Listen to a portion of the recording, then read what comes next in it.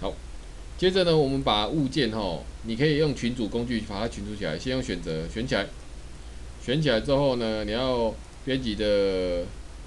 群组或者是 Ctrl 加 G 都可以，或者是我们的群组工具也可以，你不群组也没关系，直接这样移进去也可以，好，那第一个我们要把东西移进去我们建议是右视图或前视图移进去。我先从右视图用移动，右键子不放去选移动工具，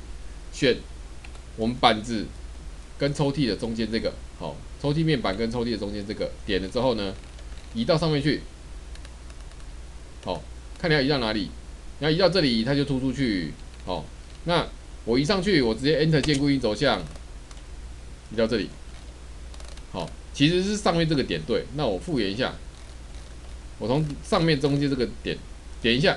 往上移到这里，点一下，这个位置就好了，高度的位置好了，那水平的位置呢？前视图左右的位置呢？我们可以直接从这边的左下角点一下，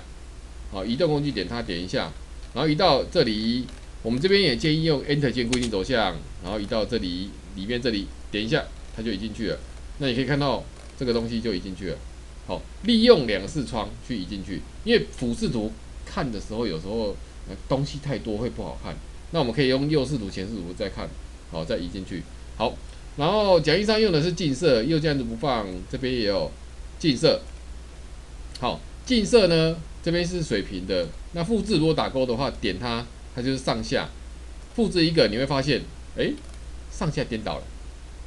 它就会上下颠倒，这是水平的，也就是在这边摆一个水平的镜子，你移到这里的时候，它就上面就复制一个。好，那如果说这个选垂直，选它，然后往右边，我故意到这边中间点一下，左右的就会左右近色。好，当然你不要这个，我用复原一下，我直接按右键按着不放，直接选复制，然后选到物件的右边的关键点，然后往右边 Enter 键固定轴向，复制到这边可不可以？也可以，它跟复制的意思差不多，只是我们用近色里面有一个复制打勾，它就会多复制一个。好，那以上这是我们的物件我们的抽屉移到我们的柜子里面去的方式。好，移进去，然后再复制，或者是你要近色都可以。好，那回到你画面。